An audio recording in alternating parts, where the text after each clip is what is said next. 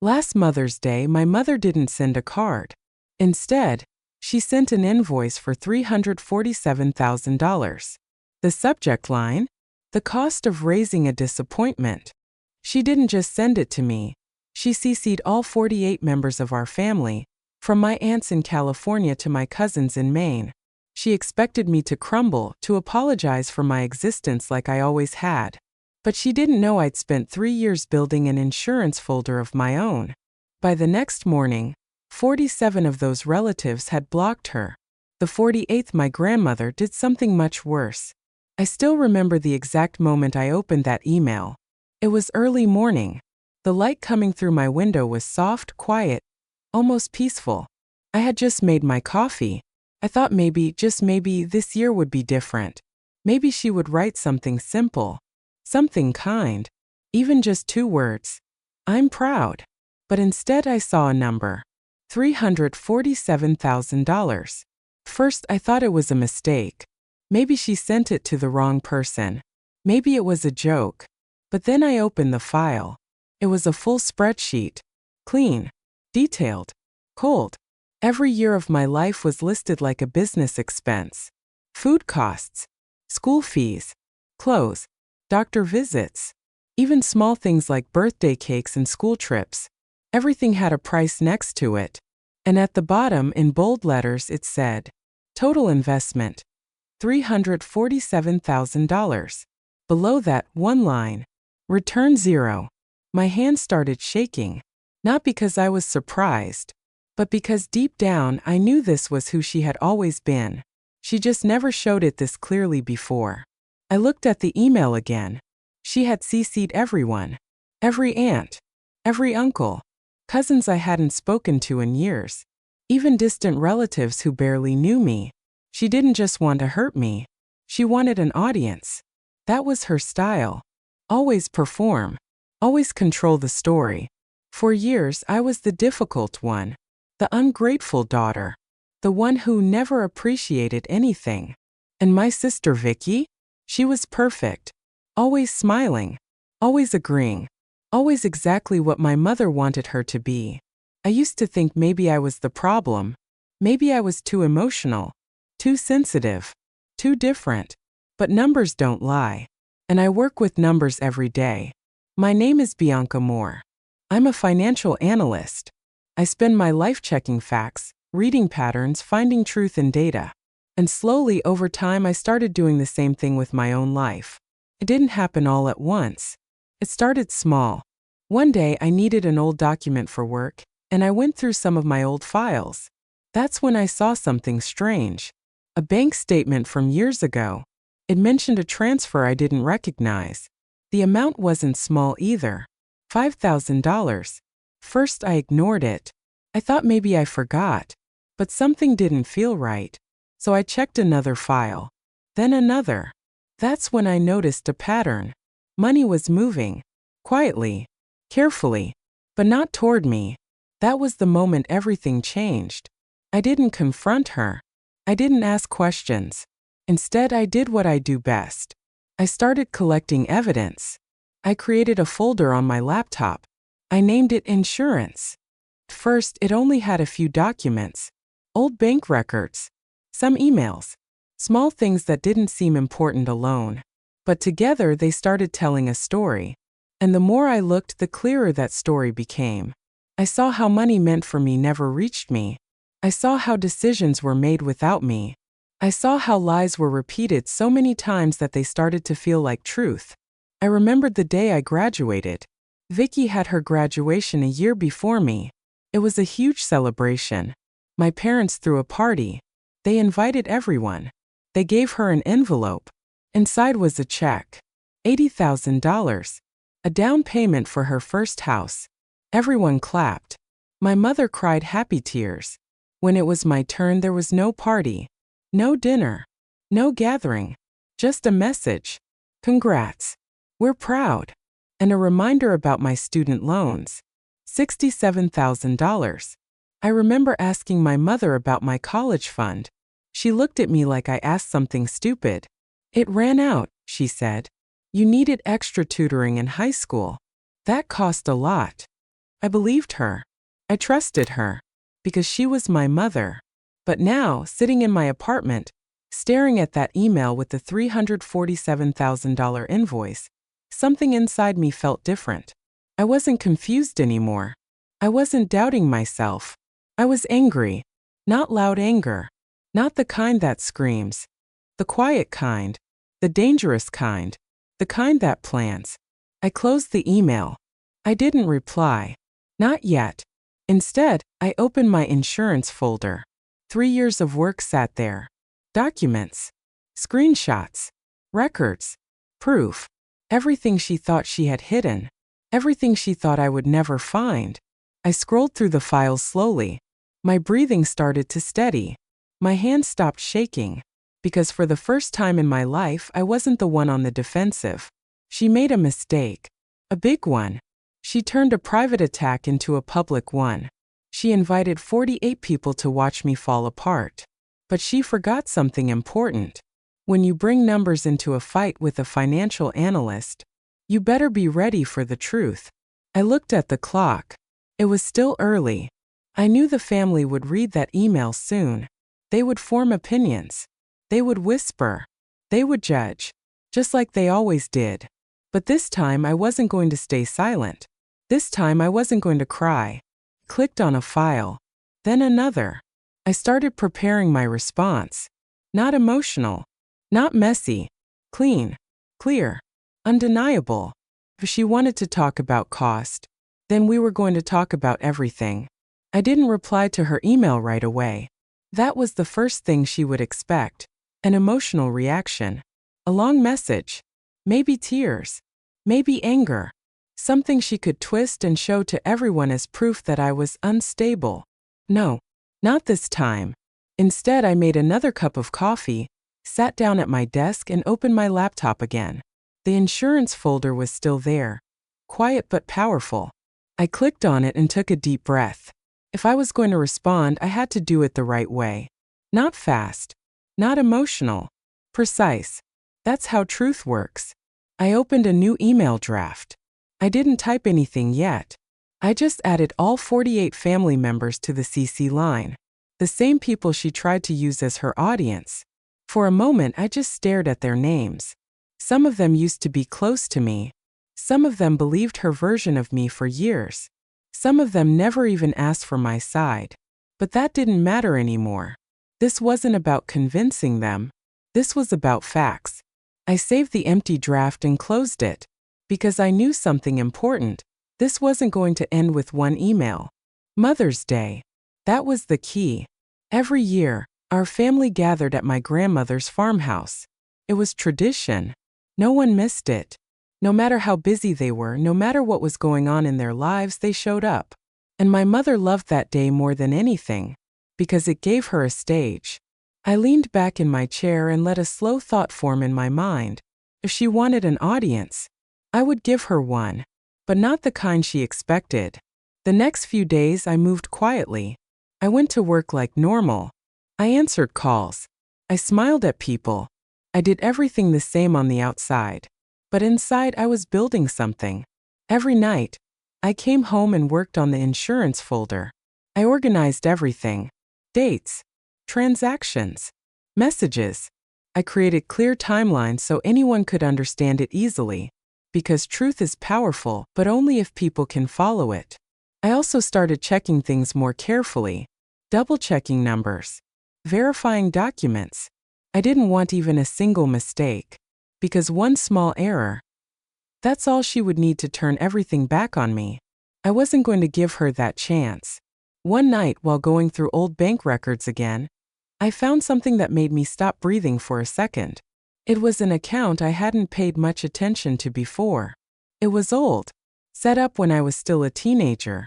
A savings account. I opened the details. That's when I saw the name attached to it. My name. And right below it, my grandmother's name. My heart started beating faster. I scrolled down. There it was. Deposits. Regular ones. For years. Small amounts at first. Then bigger ones. And then one large deposit. $89,000. I sat there in complete silence. I had never seen this money, never heard about it. I checked the next page. Withdrawal. Full amount. Transferred out. The date matched something I remembered clearly. 3 years ago. The same year my mother suddenly bought a new car. A luxury Lexus. Paid in cash. I leaned back slowly. My chest felt tight. This wasn't just unfair anymore. This was something else. Something serious. I took a screenshot, then downloaded the full statement. Saved it in the folder. Labeled it clearly. Trust fund transfer. That was the moment I realized. This wasn't just about how she treated me. This was about what she had done and what she had taken. The next step was harder. Taxes. I didn't want to believe it at first. I really didn't. But the pattern I saw earlier kept coming back to me. So I logged into my tax account and started checking old filings. Year by year. Everything looked normal at first. Then I noticed something strange. I was listed as a dependent. Year after year. Even after I had moved out. Even after I was fully supporting myself. I checked again to make sure I wasn't misunderstanding something. No, it was clear. She had been claiming me. Using my name. Using my identity.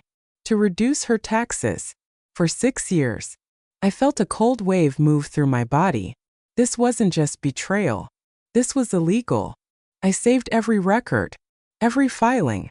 Every detail. My folder was growing fast now. But I still wasn't done. Because something kept bothering me. The credit alerts. I remembered getting a notification months ago about a credit card I didn't recognize. I had ignored it at the time, thinking it was a mistake or a scam. Now I wasn't so sure. So I opened my credit report. And there it was. One card. Then another. Then a third. All under my name. All active. All with balances. My stomach dropped. I clicked on the details. Purchases.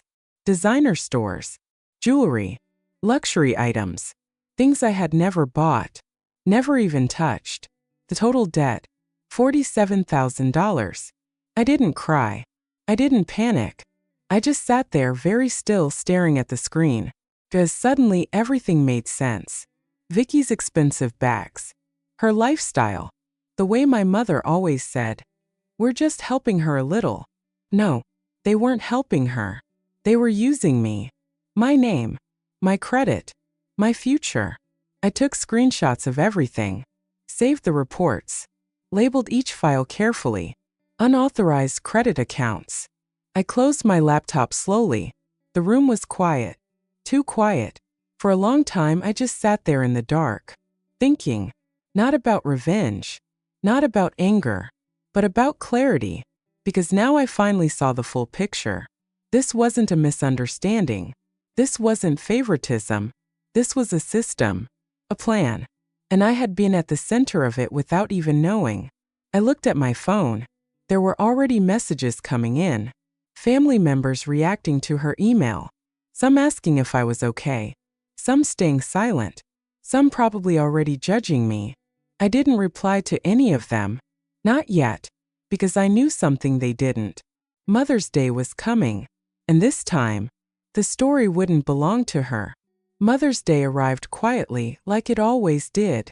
The sky was soft and clear. The kind of morning that looked peaceful on the outside. Even when something heavy was waiting underneath. I woke up earlier than usual. Not because I was nervous, but because I wanted control. Control of my time. My thoughts. My actions. I stood in front of the mirror for a long moment. My face looked calm. Too calm, maybe. But inside everything was sharp. Focused. Today wasn't about emotions. Today was about truth. I chose something simple to wear. No bright colors. No statement pieces. Just clean, neutral, quiet. I didn't want attention on how I looked. I wanted attention on what I would say. Before leaving, I opened my laptop one last time. The insurance folder sat there, complete. Organized. Ready. I checked everything again. Files opened correctly. Names were clear. Dates were visible. No confusion. No gaps. Then I attached everything to the draft email I created days ago. 48 names still sat in the CC line. I hovered my finger over the send button, but I didn't press it. Not yet. Timing matters. I closed the laptop, picked up my phone, and left my apartment. The drive to my grandmother's farmhouse felt longer than usual. The road was familiar. I had taken it every year since I was a child. But today, every turn felt different. Like I was not just going to a family gathering, but walking into a moment that would change everything. When I arrived, the house was already alive. Cars parked outside. Laughter in the air. The smell of food coming from the kitchen. Normal. So normal that it almost felt unreal. I stepped out of my car and took a slow breath. Then I walked inside. "Bianca," someone called from the hallway. I forced a small smile. "Hi." A few relatives hugged me. Some gave me that careful look. The one people give when they think something is wrong but don't want to ask directly. They had seen the email. Of course they had. I could feel it in the way they spoke, in the pauses between their words. But no one said anything about it. Not yet. I moved toward the kitchen. Like always, I arrived early enough to help. That habit never left me. I started preparing food, cutting vegetables, setting plates, cleaning surfaces. Small, quiet tasks that kept my hands busy. An hour later, the front door opened again. And there she was. My mother. She walked in like she owned the room. Perfect posture. Perfect smile. Wearing something elegant like she was attending an event instead of hosting a family gathering. Right behind her, Vicky. Designer dress. Soft makeup. That same calm, confident look she always had. The perfect daughter. They greeted everyone like nothing had happened. Like the email never existed. Like yesterday was just another day. When my mother finally looked at me, her smile didn't change. "Bianca," she said softly. "Just my name. Nothing more. No apology. No explanation." "Of course not." I nodded slightly. "Mom." That was it. No hug. No emotion. Just distance. The house slowly filled with noise. Conversations. Laughter. Glasses clinking. Plates moving. If someone walked in at that moment, they would think this was a perfect family. They wouldn't see what was coming. Lunch was served around early afternoon. Everyone gathered around the long table. 48 people. Exactly as planned. I sat quietly listening. Watching. My mother moved through the room with ease, talking to everyone, smiling, controlling the atmosphere like she always did. She was waiting. Waiting for the right moment. And then it came. She stood up slowly, tapping her glass lightly with a spoon. The room quieted almost instantly. This was her stage. "Thank you all for coming," she began, her voice warm and smooth. "Mother's Day is always special to me, because it reminds me of the sacrifices we make for our children." I felt my chest tighten slightly. "Here it comes." She reached behind her chair and pulled out something framed. A large, clean frame. I already knew what it was. She walked toward the fireplace and placed it right in the center. Then she turned back to the family. "This," she said, "is something I wanted to share with all of you." People leaned forward slightly, curious. "It's a simple breakdown," she continued, "of what it really costs to raise a child." A few soft laughs moved through the room. No one understood yet. Then she stepped aside, and everyone saw it. The spreadsheet, my life, turned into numbers. Whispers started immediately. Some confused, some uncomfortable, some quietly judging. My mother folded her hands in front of her, calm and composed. "This," she said, looking directly at me now, "is what it means to invest in someone who gives nothing back." Silence fell over the room. Heavy, thick, waiting. All eyes turned to me. This was the moment she had planned. The moment she expected me to break. To cry. To defend myself emotionally. To lose control. But instead, I slowly reached for my phone. No rush. No panic.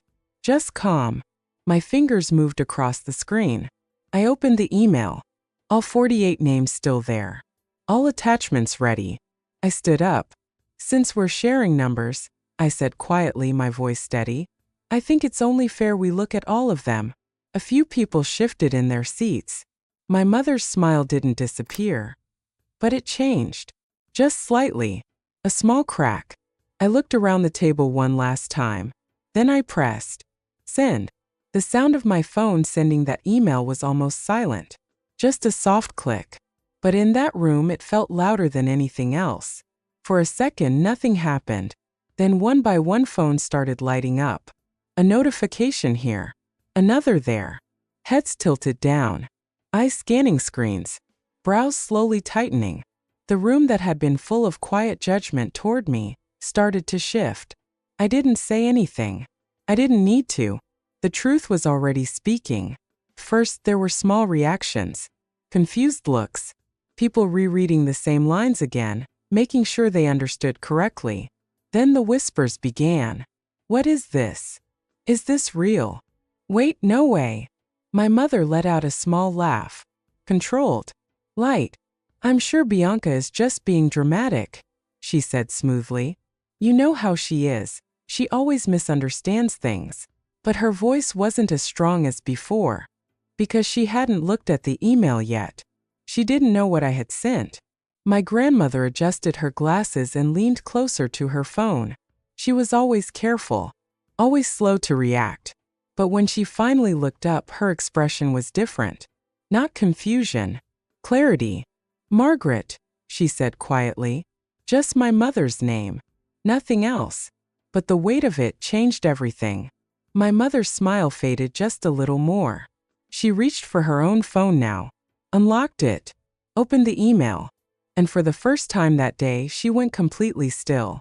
No movement. No words. Just silence. I took a slow breath and spoke. Page 1, I said calmly. The trust account. A few relatives immediately scrolled back up.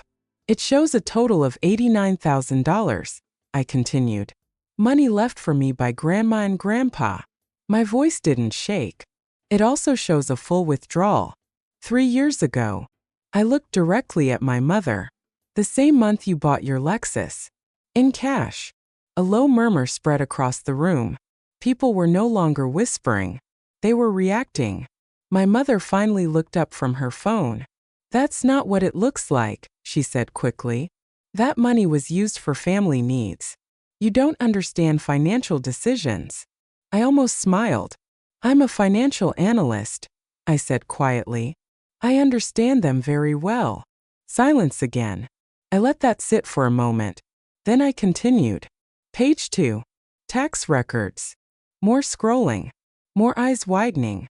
You claimed me as a dependent for 6 years, I said. Even after I moved out. Even after I was paying my own rent, my own bills, everything. Someone across the table whispered, That's illegal. Another voice, That's tax fraud. My mother's face tightened. It was just a technical thing, she snapped. Families do this all the time. No, I interrupted softly. They don't. That stopped her. Because I didn't raise my voice. I didn't argue. I just corrected her. With facts. I glanced around the table again. Every single person was listening now. No one was on her side anymore. Not openly. Then I said the words I knew would hit the hardest. Page 3. The room felt colder. 3 credit cards, I continued. All opened under my name. My heart was beating faster now, but my voice stayed steady. Total balance, $47,000. Gasps. Not whispers anymore. Real shocked reactions. I could see Vicky shift in her seat. Her hands tightened around her glass. I didn't look at her. Not yet. These purchases, I went on, include designer stores, jewelry, and even an engagement ring. Now I turned my head slightly and looked straight at her. Vicky didn't say anything. She didn't deny it. She didn't even try. Because she knew. She knew exactly where those things came from. My mother suddenly stood up. This is ridiculous, she shouted. You're twisting everything. You always do this. You make yourself the victim. Her voice was louder now, sharper, but it didn't carry the same power anymore. Because now everyone had seen the evidence. No, I said quietly. I stayed silent for years. This is the first time I'm speaking. She pointed at me, her hand shaking slightly. You think you can destroy me with this? She said. You think you know everything? I paused. This was the moment she was trying to take back control, to turn it into a fight, to pull me into emotion. But I wasn't done. Not even close. I picked up my phone again. There's one more thing, I said. The room went completely still. Even the smallest movements stopped, because something in my voice had changed. It wasn't just calm anymore. It was final. My mother's eyes narrowed. What are you doing? She asked. I didn't answer her. Instead, I opened the last file, the one I had saved for the end. The final attachment, I said slowly, is a message. I looked down at the screen for a brief second, then back up. It's a text you sent 3 years ago. Her face went pale. Not slightly, completely. And that's when I knew. She remembered it. Every word. The room felt like it was holding its breath, waiting. I lifted my phone slightly and read it out loud. Clear, cold, unavoidable.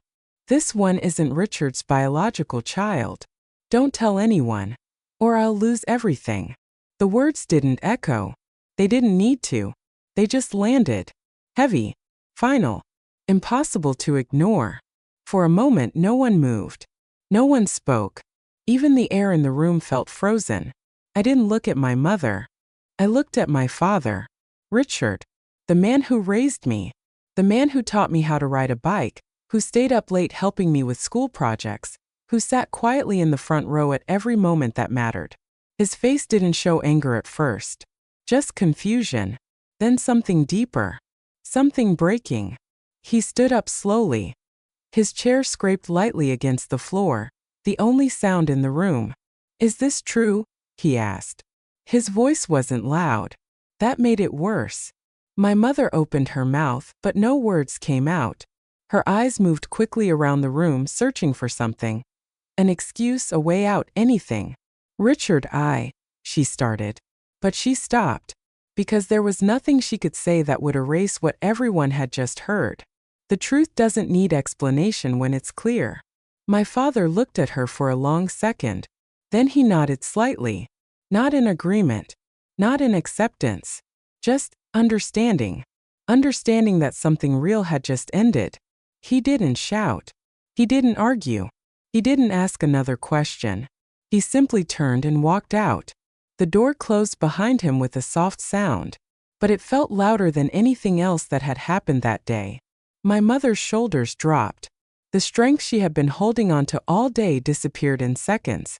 Wait, Richard, she called, her voice breaking as she rushed toward the door. But she didn't get far. Stop. The voice came from the head of the table. My grandmother, Eleanor. She hadn't raised her voice once the entire day. But when she spoke now, everyone listened. My mother froze. Slowly, she turned around. Grandma stood up, her hands resting lightly on the table for support. Her eyes were calm but firm. I've heard enough, she said. Simple words. But there was no space to argue with them. She looked around the room, then back at my mother. You embarrassed your daughter in front of this entire family, she continued. You turned her life into a bill. Like she was something to be repaid instead of someone to be loved. My mother's lips trembled. I was trying to teach her. No, Grandma interrupted. You were trying to control her. Silence again. But what you did with her money, Grandma's voice lowered slightly, but it became even stronger. That is something else entirely. No one moved. No one even breathed too loudly. I trusted you, Grandma said. We trusted you. My mother looked down now. For the first time, she didn't try to defend herself. Because she couldn't. Grandma straightened a little. As of today, she said, your share of my estate will be reduced to 5%. A few people gasped quietly. That is enough so you cannot legally challenge it, she added. But it is also enough to make sure you understand actions have consequences. My mother's head snapped up. You can't do that. I can, Grandma replied calmly. And I will. There was no anger in her voice, Just decision. Final and complete. My mother looked around the room again. But this time no one was on her side. Not one person. The same audience she had gathered to watch me fall apart was now watching her lose everything. Slowly she stepped back. Then another step. And without another word, she walked out of the house. The door closed behind her. And just like that, it was over. The room stayed quiet for a long time. No one knew what to say. No one knew how to fix what had just happened. But for me, something inside finally felt still. Not happy. Not proud. Just free. I didn't say anything more. I didn't need to. I picked up my phone, slipped it into my bag and walked outside. The air felt different. Lighter. For the first time in years, I could breathe without something sitting on my chest. I didn't go after my father. I knew he needed time.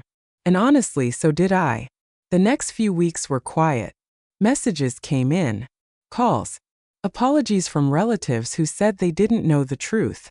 Some of them tried to explain why they believed her for so long. I didn't argue. I didn't hold on to anger either. I just let it pass. Because holding on to it would only keep me connected to something I was finally free from. My credit situation took time to fix. Reports, disputes, long calls with banks. But slowly things started to change. The false accounts were removed. The debt began to disappear. My score improved.